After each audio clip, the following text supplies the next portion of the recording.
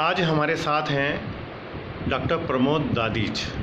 आप asthma, allergy एवं श्वास रोग विशेषज्ञ हैं। आप द्वारा अस्थमा के ऊपर काफ़ी काम किया गया है, काफ़ी शोध किया गया है। हमारे सामने प्रश्न ये है कि अस्थमा दिन प्रतिदिन अपना विकराल रूप दिखाता रहा है और पूरे विश्व के सामने यह एक चुनौती है। विशेषकर हमारे भारत के सामने बहुत ही खतरनाक स्थिति अस्थमा अपने ऊपर उभर करके आ रहा है। हम डॉक्टर प्रमोद दादीज से अब इस बारे में जानकारी प्राप्त करेंगे कि अस्थमा को किस प्रकार से नियंत्रण किया जाए और अस्थमा कब बेकाबू हो जाता है। डॉक्टर साहब ज़रा बताएं। नमस्कार अमन जी, बहुत बहुत धन्यवाद आपका। आज अस्थमा ऐसे विषय पे आपने जानकारी प्राप्त करने के लिए मुझे मौका दिया, इसके लिए बहुत बहुत धन्यवाद। अस्थमा एक ऐसा रोग है रमन जी, जिस रोग को हम बहुत सालों से जानते हैं और हिंदुस्तान में इसका सही ट्रीटमेंट का डेवलपमेंट स्टार्ट हुआ 30 साल पहले, जब इनहेलर्स हमारे बास्केट में आए और हमने पेशेंट का इलाज अस्थमा का उस तरह से करना शुरू किया जो उसके लिए निमित्त था। अस्थमा एक ऐसी बीमारी है जिसमें श्वास की नलियाँ सिकुड़ जाती हैं और जिसकी वजह से शरीर में जाने वाला ऑक्सीजन कम होने लगता है।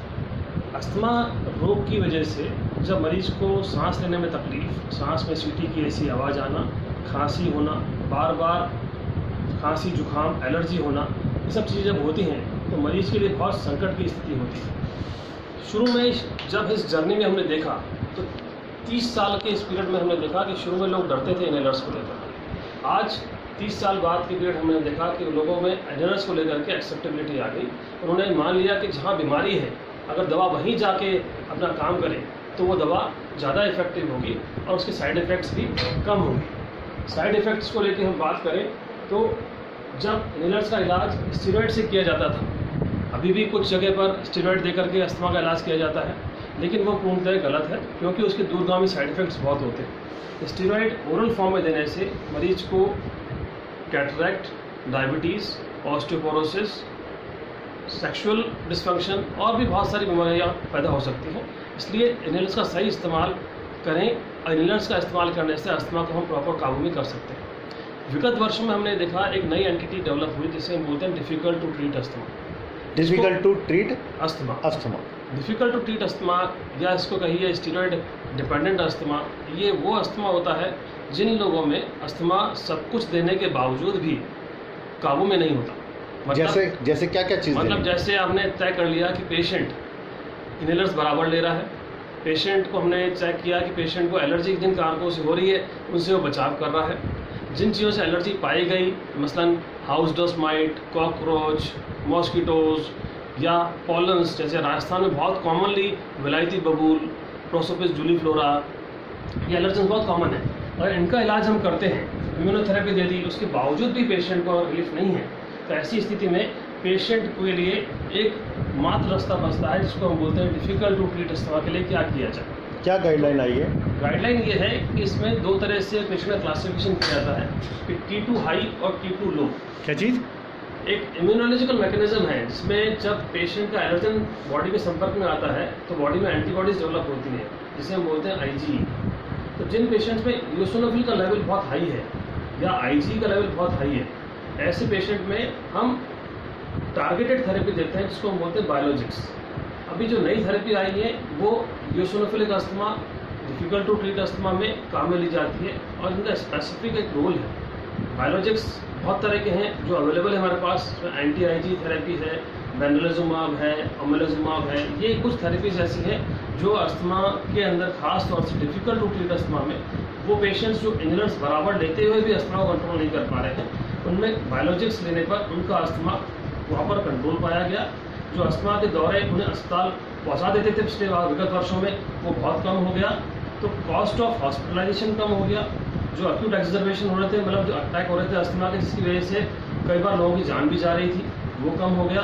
सेकंड, जो स्टेरॉइड की रिक्वायरमेंट ओरल फॉर्म में या इंजेक्शन फॉर्म में जिसे हम बोलते हैं साहब डेक्सोनो लगा लिया, उनकी रिक्वायरमेंट बहुत कम हो गई या नगण्य हो गई। पर ये थेरेपी सेलेक्टेड पेशेंट्स में पूरा प्रॉपर वर्कअप करने पर, इवैल्यूएशन करने के बाद उन्हें तय किया जाता है कि क्या वो बायोलॉजिक्स के लिए एंटाइटल है या उसके लिए सही पेशेंट है। बायोलॉजिक्स थेरेपी को उसमें क्या एडमिट होने की ज़रूरत पड़ती है? नहीं, बायोलॉजिक्स थेरेपी अगर आपने पेशेंट का वर्कअप कर लिया और जान लिया कि patient difficult to treat asthma है, यूसिनोफिलिक अस्थमा है, तो उसमें इसके इंजेक्शंस आते हैं जो सबक्यूटेनियसली लगते हैं, स्टमनी में लग जाया करते हैं। पहला इंजेक्शन, क्योंकि बायोलॉजिक्स है इसलिए पहला इंजेक्शन भर्ती करके लगाया जाता है, बाद में इंजेक्शन घर पे रेगुलर बेसिस पे लगाया जाता है। महीने में शुरू में 2 बार लगाया जाता है, बाद में 2 महीने में 1 बार लगाया जाता है, जिसका ड्यूरेशन कम से कम साल भर तक मान के चलते हैं। ऐसा पाया गया है कि साल भर की थेरेपी लेने के बाद में अस्थमा 100% लोगों में से 60% लोगों में कंट्रोल हो गया और उन लोगों को स्टेरॉइड्स और इनहेलर्स की मात्रा बहुत कम करनी पड़ी, मतलब डिपेंडेंसी खत्म हो गई। डिपेंडेंसी खत्म हो गई। सेकंड, दूसरा वैरायटी ऑफ अस्थमा जहाँ पर कि जो डिपेंडेंट नहीं है यूसिनोफिलिस पे, आईजी पर, उन लोगों में आजकल एक नया ट्रीटमेंट करते हैं जिसको बोलते हैं रिमोडल एयरवेज। मतलब कि अस्थमा की एयरवे इतना टाइट हो गया कि नली जो इतनी चौड़ी थी वो छोकड़ के इतनी टाइट हो गई। अब इतनी टाइट अपनी छोटी नली जिसको वो लेड पाइप अपीयरेंस बोलते हैं, वो इनहेलर से भी ठीक नहीं हो रही। तो इसमें एक ब्रोंकोस्कोपी द्वारा एक प्रोसीजर करते हैं, इसको बोलते हैं ब्रोंकियल थर्मोप्लास्टी।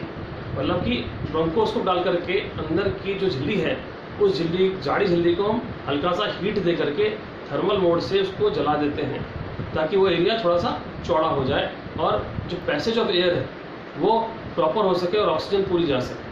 तो अस्थमा का मूल कंसेप्ट ये है कि अस्थमा कुछ नहीं है, अस्थमा सांस की नली का सुगड़ना और अस्थमा सांस की नली की सूजन है। तो जब सूजन और ऑब्स्ट्रक्शन दोनों को हम ट्रीट करते हैं इनहेलर से तो 99% लोग ठीक हो जाते हैं। अगर आप रेगुलर इनहेलर ले रहे हैं तो अस्थमा बेकाबू नहीं होगा, लेकिन सब कुछ करने के बावजूद भी अगर अस्थमा कंट्रोल नहीं है तो हताश ना होए। अभी कुछ नई थेरेपीज़ हैं जो मिरेकलस हैं, जो जादुई करिश्माई करती हैं, और उनका सही इस्तेमाल सही समय पे किया जाए तो अस्थमा पूर्णतः कंट्रोल हो सकता है और कुछ लोगों में ठीक भी हो सकता है। तो इसके कुछ साइड इफेक्ट्स बायोलॉजिक्स के तो अभी तक कोई भी नहीं पाए, सामने नहीं आए हैं। हाँ, लेकिन जो ब्रोंकियल थर्मोप्लास्टी है उस पर डिपेंड करता है कि आपकी एज कितनी है, कंडीशन क्या है, कैसी है, क्या आप उसके लिए फिट कैंडिडेट है कि नहीं, क्या आपका एयरवे बहुत टाइट है। कई बार प्रोसीजर के दौरान छोटे छोटे छेद बनने की संभावना रहती है, तो वो जो कंसल्टेंट होता है, जो प्रोसीजर करने वाला डॉक्टर होता है, वो आप कंडीशन देख करके आपको सारे रिस्क बेनिफिट रेशियो लगा करके ही उस प्रोसीजर को करता है। तो अब तक आपने ऐसे कितने गंभीर रोगों को इस बायोलॉजिक्स थेरेपी से ठीक किया है? ये नई विधा है जो हिंदुस्तान में आई है। अभी मेरे पास कम से कम 10 से 12 पेशेंट ऐसे हो चुके हैं जिनको बायोलॉजिक्स पे लिया, जिन लोगों के यूसिनोफिल्स बहुत हाई थे, जिनको अस्थमा इनहेलर्स की डोज मैक्सिमम डोज पे चल रही थी, बीच बीच में भर्ती होना पड़ता था साल में 5-6 बार। तो उन्होंने बायोलॉजिक्स पे लिया है तो उसको लेने के बाद में उनको भर्ती होने की नौबत पिछले 1.5 साल में नहीं आई। तो क्या ये दवाइयाँ महंगी हैं? दवाएँ डेफिनेटली बहुत महंगी है। बहुत महंगी है या अफोर्डेबल है? अगर हम उसको उस तरह से नापें कि महंगी कैसे है, तो महंगी इस तरह से कि अगर 6 महीने की कॉस्ट आपकी 1.5-2 लाख बढ़ जाती है, तो अगर हम उसको उससे कंपेयर करें कि अगर एक मरीज साल में 3 बार भर्ती हुआ और हर बार से खर्चा 2 लाख रुपये आया तो उससे सस्ती पड़ेंगी। लेकिन अगर उसको कंपेयर करोगे इनहेलर से तो डेफिनेटली महंगी होगी। क्वालिटी ऑफ लाइफ से और वर्किंग से महंगी नहीं है। हाँ, तो क्वालिटी ऑफ लाइफ इंप्रूव हो रही है, आपका हॉस्पिटलाइजेशन कम हो रहा है, आपका जो रेगुलर बेसिस जो स्टीरॉइड का कंजप्शन कर रहे थे वो कम हो रहा है। तो दूरगामी सोच का देखें तो ये दवाइयाँ सस्ती हैं, लेकिन अगर इमीडिएट कॉस्ट का सोचें तो थोड़ी सी महंगी पड़ती। जी। अच्छा डॉक्टर साहब, और कुछ अभी जानकारी अधूरी है कोई बचाना इसके अंदर या इंट्रो? मेरे ख्याल से इतना ये चीज़ें इस टॉपिक के ऊपर, इस टॉपिक पे कि हम एलर्जी को जानें, एलर्जी के कारकों को ट्रीट करें, अस्थमा के लिए रेगुलर इनहेलर्स लें, रेगुलर एक्सरसाइज लें, और इनहेलर्स लेने के बावजूद अगर अस्थमा कंट्रोल नहीं हो तो अपने स्पेशलिस्ट को कंसल्ट करके इन नई विधाओं का भी इस्तेमाल करें। जी डॉक्टर साहब, बहुत अच्छा आपने गंभीर मरीजों के लिए बताया कि सब ये बायोलॉजिक्स थेरेपी आई है, उस टेक्निक से गंभीर मरीजों का इलाज काफ़ी 99 के 100% तक काबू किया जा रहा है। डिपेंड करता है मरीज़ की कंडीशन और अवस्था को देखते हुए। मैं इसमें एक जानकारी ज़रूर लेना चाहूँगा, हर आदमी को अपना घरेलू थेरेपी या कोई घरेलू दादी माँ के नुस्खे, कोई इस तरह की चीज़ भी साथ साथ बताएं जो सहायक थेरेपी है।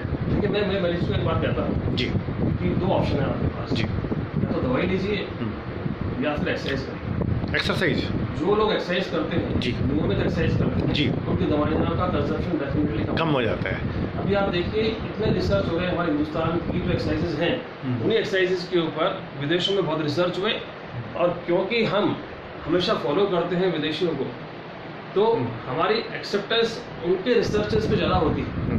अभी जो भ्रामरी प्राणायाम करा जाता है, कौन सा? भ्रामरी। जैसे थोड़ा करके बताओ। बोलते हैं कि हम बोलते हैं, ये भी हमें हमारे कैसे करके बताओ सर थोड़ा। के अंदर नाइट्रोसल्फाइड रिलीज करता है। अच्छा। और जो एनो रिलीज होता है वो एंटी इंफ्लामेटरी है, एंटी वायरल है, एंटी बैक्टीरियल है, एंटी एलर्जिक है। तो जो इंसान रेगुलर अनुलोम विलोम, भ्रामरी प्राणायाम, रेगुलर एक्सरसाइज, मतलब ब्रीथिंग एक्सरसाइज जिससे कि श्वास नलियां अपनी करता है, डायफ्रामेटिक एक्सरसाइज करता है, ऐसे पेशेंट्स के अंदर आपका लंग हेल्दी रहता है। तो कोई भी एलर्जी का असर आपकी बॉडी में कम होगा, तो जो अस्थमा है वो डेफिनेटली कंट्रोल होगा अगर आप रेगुलर एक्सरसाइज करें।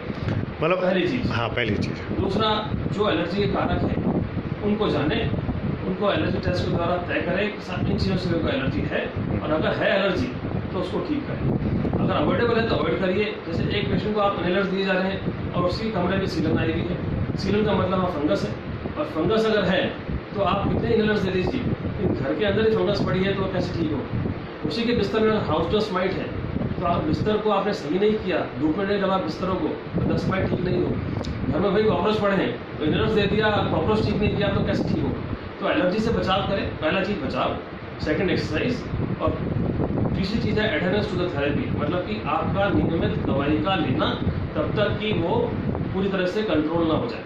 और कंट्रोल ऐसे नहीं कि मैं सोचता हूँ मैं कंट्रोल हूँ, कंट्रोल ऐसे कि आप उसको टेस्ट के दौरान चेक करिए। एक डिवाइस आता है उसको बोलते हैं ब्रीथोमीटर, उसमें हम चेक करते हैं कि फेफड़े की ताकत कितनी है।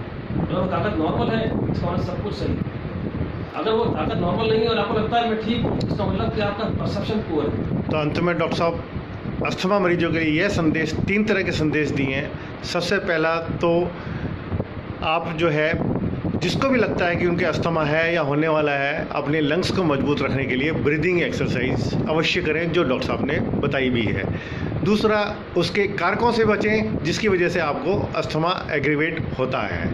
और तीसरा, आप दवाइयाँ ले रहे हैं तो वो आप नियमित लें ताकि उस दवा के द्वारा अस्थमा को पूर्णतया काबू में लाया जा सके। बीच में अपनी मर्जी से न दवाइयाँ छोड़ें न लेवें।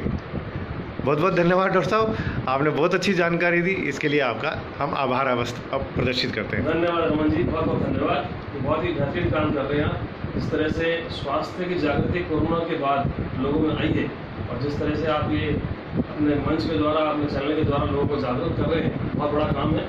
क्योंकि हिंदुस्तान की वेल्थ तभी बढ़ेगी जब हेल्थ अच्छी होगी।